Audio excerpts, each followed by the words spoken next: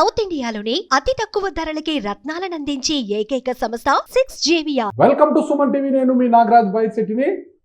సాంకేతిక పరిజ్ఞానాన్ని అందిపుచ్చుకోవడంలో చంద్రబాబు గారు ఎప్పుడు ముందు వరుసలోనే ఉంటారంట. అందులో భాగంగానే దేశ చరిత్రలో ఎప్పుడు కని విని ఎరగని రీతిలో ఎవరు కూడా ప్రారంభించని విధంగా మొట్టమొదటిసారిగా ఏపీలో 161 పౌర సేవలతో కూడుకున్న వాట్సాప్ సేవలను లోకేష్ బాబు గారు ఈ కార్యక్రమాన్ని ప్రారంభించినారు. ఈ సేవలను కూడా ప్రారంభించనున్నారు. అసలుకి మొత్తం ఏంటి అసలు ఈ వాట్సాప్ సేవలు అంటే ఏంటి, అసలుకి దీని గురించి ఏంటని తెలుసుకోవడానికి పొలిటికల్ అనలిస్ట్ చందు శ్రీనివాస్ గారు మనతో ఉన్నారు. ఆయన అడిగి వివరాలు తెలుసుకుంటాం. నమస్తే శ్రీనివాస్ గారు. నమస్కారం నారాజ్ గారు. సో టెక్నాలజీ అంటే అందరికీ చంద్రబాబు నాయుడు గారు ఎక్కువగా గుర్తుకొస్తుంటారు. మన ఉమ్మడి ఆంధ్రప్రదేశ్లో కావచ్చు, విభజిత ఆంధ్రప్రదేశ్లో కావచ్చు, తెలుగు రాష్ట్రాల్లో టెక్నాలజీ పరంగా చంద్రబాబు నాయుడు ఎప్పుడు ముందు వరుస ఉంటారు. ఎప్పుడైతే సాంకేతిక పరిజ్ఞానం కొత్త పుంతలు తొక్కే కొద్దికి దాన్ని అందిపుచ్చుకోవడంలో కూడా చంద్రబాబు నాయుడు ముందే ఉంటారు. అందరికి తెలిసిన విషయమే.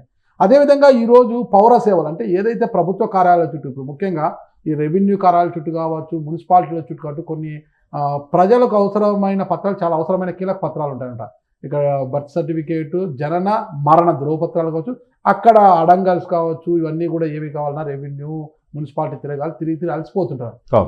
వీటన్నిటికీ చెక్ పెట్టడానికి, ముఖ్యంగా అవినీతిని అంతమొందించడానికి, అవినీతి అధికారులకు చెక్ పెట్టడానికి మొట్టమొదటిగా భారతదేశంలోని ఎక్కడైన విధంగా ఏపీలో 161 సేవలతో కూడిన పౌర సేవలను వాట్సాప్ ద్వారా ప్రవేశపెట్టున్నారు. ఎలా చూడొచ్చు దీన్ని, అసలు దీని సారాంశం ఏంటి మొత్తం మీద?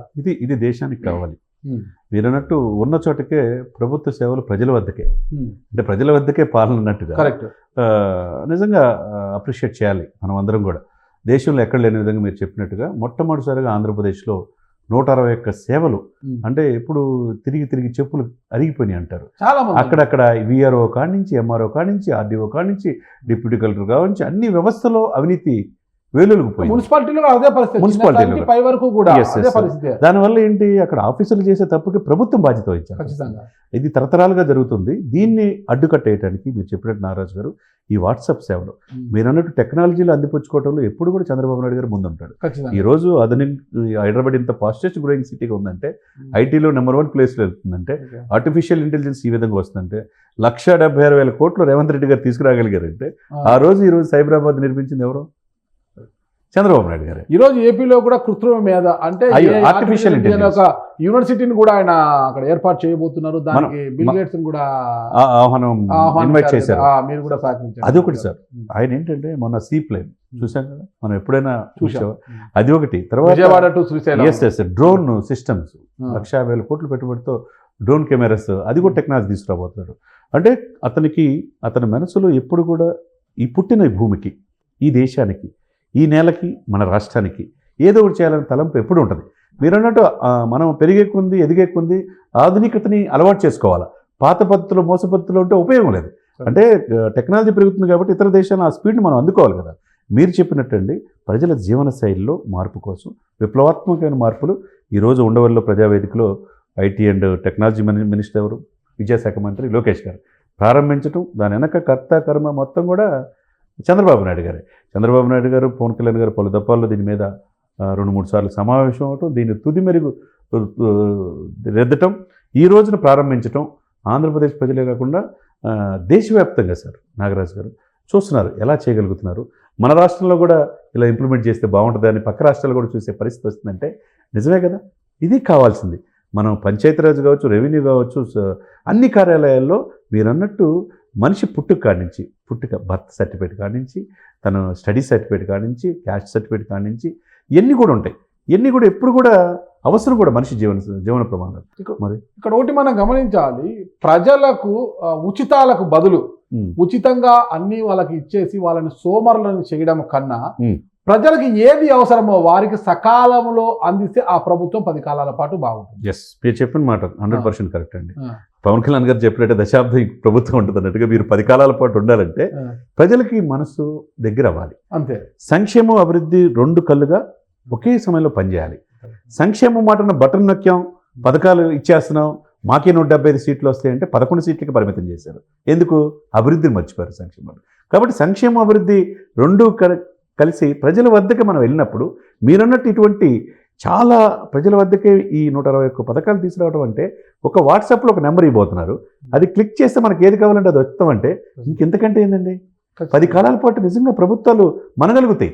అంటే మీరు ఎంత వెల్ఫేర్ ఇచ్చినా కూడా ఒక వ్యక్తి మున్సిపాలిటీ దగ్గరకో, ఎంఆర్ ఆఫీస్ దగ్గరకో, కలెక్టర్ ఆఫీస్ దగ్గరకో వాడి పని జరగలేదనుకోండి, అధికారులు స్పందించలేదనుకోండి, పడరాన్ని పట్టుబడితే తిట్టుకుంటాడు అనమాట.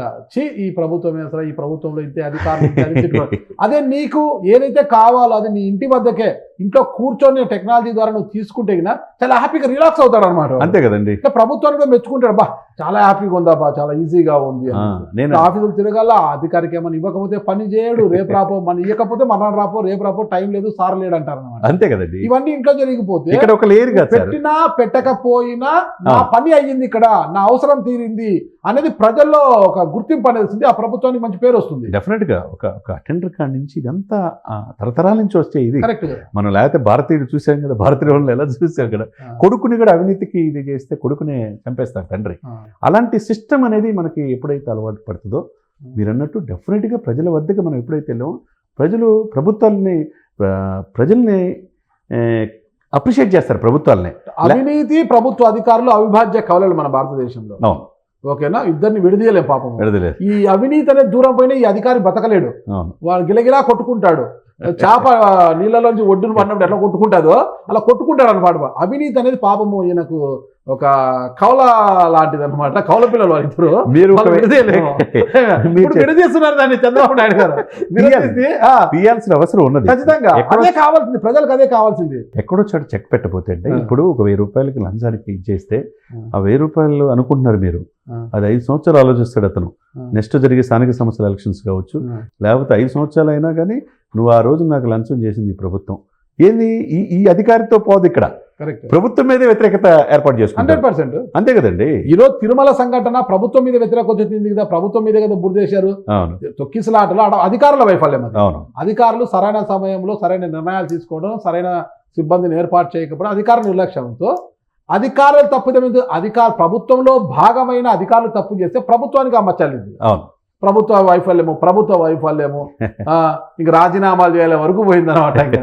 ఇక్కడ ఏంటంటే సింపుల్ సార్, మనం మనుషుల్ని ఓటేసి గెలిపించడం వాళ్ళని సోమరిపోతులు చేసి అన్ని ఫ్రీలు ఇచ్చితే, ఉచితాలు ఇస్తే అతను సోమరిపోతులు కాకుండా ఏమవుతారు?